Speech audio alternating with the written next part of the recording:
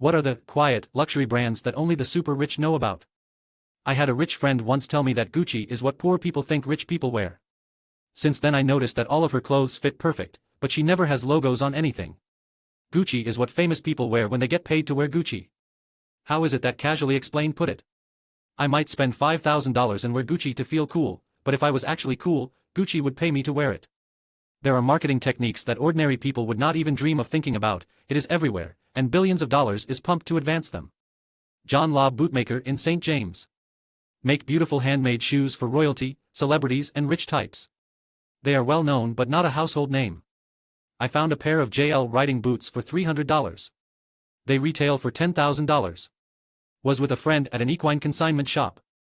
Saw these boots on the shelf and the leather looked like good quality, so I touched them. Wow, the quality of the leather is astounding. Pulled them off the shelf and saw the royal warrant. They fit my friend and she bought them. When we went to pay, the shopkeeper admitted those boots slipped by them. My friend contacted JL and they told her the custom boots trees had been made for them, but were not with the boots. I believe the custom boot trees were another $3,000. I tell her we have to share custody of them. Did the shopkeeper allow her to buy them? I've been in thrift stores where the cashier refused to allow me to buy something brought to the register because it wasn't supposed to be on the floor. Pissed me right off. If it's on the floor and has a price, it's available for sale. Tailors on Seville Row. Wealthy people get their clothes custom made. This is the real answer. When it comes to clothes anyways, the high-end stuff is not branded at all. In my part of the world, most rich folks know at least one random, usually Chinese, tailor/seamstress who work out of their house. I was in China and Hong Kong in 2001. I still regret not having a tailored suit made for me when I was there. Not that it would still fit me today. In Korea, I had a motorcycle jacket made. Armor in the back, and on the elbows. I also included a place for my phone, and I had the guy sew in earbuds which I could plug into the phone but the wire ran inside the jacket. Very cool jacket. Paid like $400. Jeff Goldblum was on the Conan podcast and talked about where he got his jeans. It was from this hard-to-find shop in New York that not many people had heard of. Come to find out, not surprisingly, their jeans are insanely expensive and only the very rich could afford them. I saw something online the other day of a place in a prime spot in Manhattan that sells old maps and globes. It's a very niche product and very expensive, but because of its location/reputation it has attracted an insanely wealthy customer base. Sounds like Argosy on 59th, been there for almost 100 years now, I think. They let me in the map room a decade ago BC. I told them I was a student, that I was upfront and told them I couldn't afford anything, that it was truly incredible the stuff the guy showed me. I used to be of the opinion that really wealthy people wore stuff that you wouldn't really notice, but disappointingly, having spent some time around folks with extreme wealth recently, the true answer is just, whatever the hell they like. If someone really liked branded gear before they were wealthy, you'd better believe they're going to be dressed like Ali G once they make it big.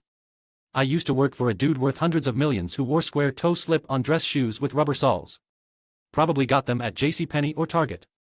He just didn't give a shit about shoes. East Coast old money is like this across the board. Can afford multi-million-dollar houses, but drive a standard sedan and wear normal clothes, albeit with a little more North Face or Vineyard Vines than what everyone else has got. It's a cultural thing, I think. Showing off money makes you less cool. Seems like in most of the world, it's the opposite. Almost all of the well-known luxury brands have several lines. The ones with logos all over them are typically the cheapest. I'm looking at you, LV, Gucci, etc., which is why they're so common. The same companies will have more exclusive lines that are much more expensive, usually more classic in style, and they're not covered in logos, so you'd never know what brand they are unless you're really into that kind of thing. For example, my wife wanted to buy me a nice wallet, so we went to the LV shop. I liked one that had no logo on the exterior of it, just simple gray leather, and it cost twice as much as the ones with LV stamped all over them. It's like choosing the ad-free versus ad-supported version of luxury items. To quote my dad, if you wear branded clothing, you're putting in work as an advertisement. And we don't work for free. Duxiana. For people who can buy a mattress that costs as much as a car. And fret linens. I have caviar dreams with a Target budget. Motherfucker, 4K plus 4 bedsheets. Okay, Jesus, I'm poor. So there's a Fred outlet by my parents' house in NJ, I live in WA, and my mom has been buying me their sheets as birthday gifts. They are significantly discounted, like $500 or so per set, so still more than I would spend, but I have to say, they are the best sheets I have ever slept on. They get softer with wash, look great, never slip. Still expensive AF though, but my god.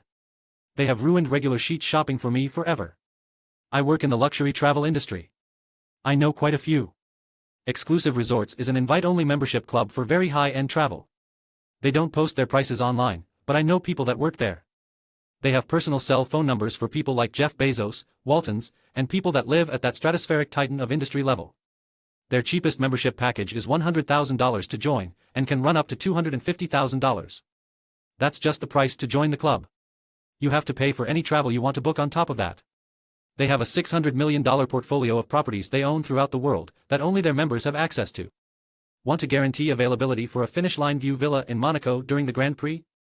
Want to get a ski-in cabin next to the Waltons cabin in Aspen over Christmas? Want a luxury penthouse in Paris during Fashion Week? These are your guys. They cap their membership at 3,000 people, so you may have to wait for a long time until you can get in. Another interesting one, White Desert is your tour operator of choice if you want a private expedition with your buddies to the South Pole.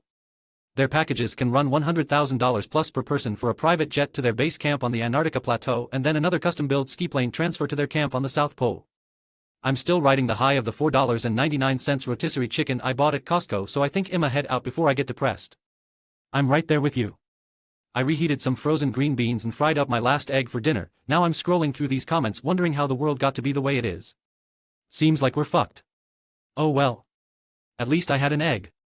I don't know if this is quiet or I'm just extra poor, but Lowy is apparently a thing. I saw an ad that they'd be doing a special launch with Howl's moving castle-inspired fashions, so I signed up for alerts, thinking I'd buy something when it was released. Shocked to receive a notification for like $11,000 jackets. I go to Lowy's all the time. Great garden supplies. I mean, it's no Home Depot, but the price is right. Home Depot it. Good cashmere. Can't state a specific brand, but good cashmere is something that is a pretty penny, that is 100% worth it. I've been buying merino recently, because I think I'm rich or something. But if you want premium wool, alpaca wool and yak wool are pricier/better. If you really want the most exclusive wool, you're into vicuña, which costs $300 per ounce of yarn. It's like 20x more expensive than cashmere. A vicuña suit costs up to $30,000. Holland & Holland, $1K for a hat, $10K smoking jacket and $500K for a shotgun, though the carve your dogs and manor in the side of it.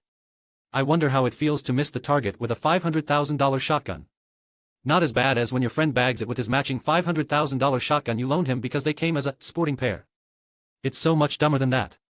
They come as a pair because it's bad form to load it yourself. So you shoot it and then you hand it to your whatever a butler for hunting is, and he hands you the loaded one and then reloads the other one for you so it's ready to go. I'm not super rich, but very wealthy by almost any standard, and get a taste of this through neighbors and friends who have $100 million net worths and access to whatever they want. You're asking the wrong question. There aren't secret brands out there. You get things custom/bespoke made how you want them. No brand, one of a kind, is the pinnacle. What's more exclusive and special than, I'm the only one who has this? Men's clothing is where I have the most hands experience. You find a world-class tailor, NYC, London, Italy, and pick your fabric, your fit, your custom touches, floral liner, an extra pocket here, your initials embroider in a hidden spot. And they make a bespoke suit and all your dress shirts. Shoes, same thing. You pick your leather, color, style, and customization. It fits you and you alone perfectly. They'll make a matching belt for $500. Interior design, you hire somebody to scour their extended network to find the artisan in Morocco that's hand-making green glazed tiles that perfectly match the wallpaper you love for the bathroom reno. And you'll happily pay $30 per tile because there's a unique story and you can't just order it from a brand.